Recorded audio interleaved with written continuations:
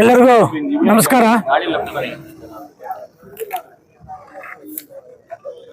ಈ ದಿನ ಕೇಂದ್ರ ಸರ್ಕಾರದ ಬೆಲೆ ಏರಿಕೆಗಳ ವಿರುದ್ಧ ನಮ್ಮ ಕಾಂಗ್ರೆಸ್ ಪಕ್ಷದ ಸಮಿತಿಯವರು ಪ್ರತಿಭಟನೆ ರ್ಯಾಲಿಯನ್ನು ಫ್ರೀಡಂ ಪಾರ್ಕ್ನಲ್ಲಿ ಇಟ್ಕೊಂಡಿದ್ದಾರೆ. ನಮ್ಮ ಮುಳಬಾಗಿಲು ತಾಲೂಕಿನಿಂದ ನಮ್ಮ ಎಲ್ಲ ಕಾಂಗ್ರೆಸ್ ಮುಖಂಡರು ಇವತ್ತು ಆ ಪ್ರತಿಭಟನೆ ಸಭೆಯಲ್ಲಿ ಪಾಲ್ಗೊಳ್ಳೋಕ್ಕೆ ಇಲ್ಲಿಂದ ಹೊರಟಿದ್ದೀವಿ.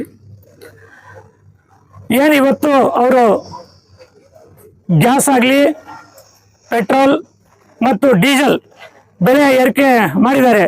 ಅಂತಾರಾಷ್ಟ್ರೀಯ ಮಟ್ಟದಲ್ಲಿ ಈಗ ನಮಗೆ ಪೆಟ್ರೋಲ್ ಡೀಸೆಲ್ ಎಲ್ಲ ಕಡಿಮೆ ರೇಟಲ್ಲಿ ಸಿಗುತ್ತೆ. ಆದ್ರೂ ಇಲ್ಲಿ ಕಡಿಮೆ ಮಾಡಬೇಕು, ಆದರೆ ಕಡಿಮೆ ಮಾಡ್ತೀರಾ ಈಗ ಬೆಲೆ ಏರಿಕೆ ಮಾಡಿದ್ದಾರೆ. ನಮ್ಮ ಭಾರತ ದೇಶದಲ್ಲಿ 75-80% ನಮ್ಮ ಗ್ರಾಮೀಣ ಪ್ರದೇಶ ಮತ್ತು ಬಡವರು ಮತ್ತು ಮಧ್ಯಮ ವರ್ಗದವರು ಇದ್ದಾರೆ. 80% ಮೇಲೆ ಮಧ್ಯಮ ವರ್ಗದವರು ಇದ್ದಾರೆ. ಬೆಳಗ್ಗೆ ಎದ್ದ ತಕ್ಷಣ ಎಲ್ಲರೂ ಕೆಲಸಕ್ಕೆ ಹೋಗ್ಬೇಕು. ಪ್ರತಿದಿನೂ ಎಲ್ರಿಗೂ ಪೆಟ್ರೋಲ್ ಬೇಕು, ಡೀಸೆಲ್ ಬೇಕು ಮತ್ತು ಊಟಕ್ಕೆ ಗ್ಯಾಸ್ ಬೇಕು.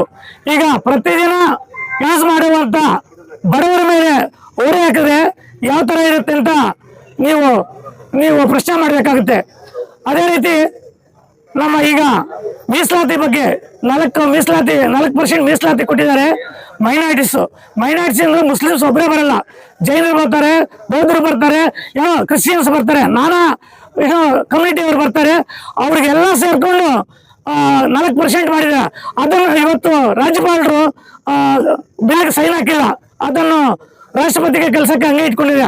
ಅದನ್ನು ಈ ಸಂದರ್ಭದಲ್ಲಿ ನಾವು ಖಂಡಿಸ್ತೀವಿ ಅಂತ ಹೇಳ್ಬಿಟ್ಟು ನಮ್ಮ ಕಾಂಗ್ರೆಸ್ ಪಕ್ಷದಿಂದ ಕಡತವಾಗಿ ಖಂಡಿಸ್ತಾ ಇದ್ದೀವಿ.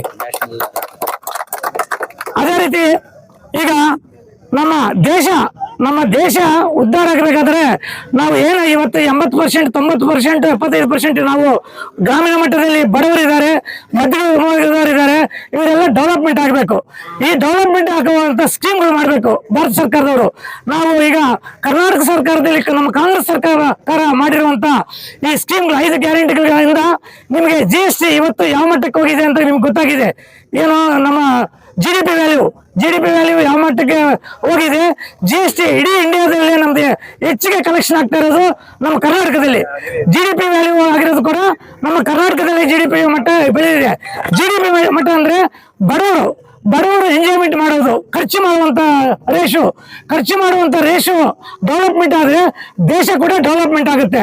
ದೇಶ ಡೆವಲಪ್ಮೆಂಟ್ ಆಗಿರುವಂತ ಸ್ಕೀಮ್ ಮಾಡ್ತಾ ಇರೋದು ನಮ್ಮ ಕಾಂಗ್ರೆಸ್ ಪಕ್ಷ. ನೀವು ಮಾಡ್ತಾ ಇರುವಂತ ಸ್ಕೀಮ್ಗಳೇನು? ಬಡವರ ಮೇಲೆ ಹೊರೆ ಮಾಡುವಂತ ಸ್ಕೀಮ್ ಮಾಡ್ತಾ ಇದ್ರಿ, ನಮ್ಮ ಬೆಲೆ ಏರಿಕೆ ಮಾಡ್ತಾ ಇದ್ರಿ.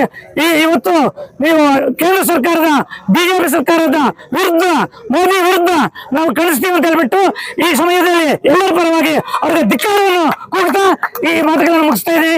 ಜೈ ಹಿಂದ್, ಜೈ ಕರ್ನಾಟಕ. BJP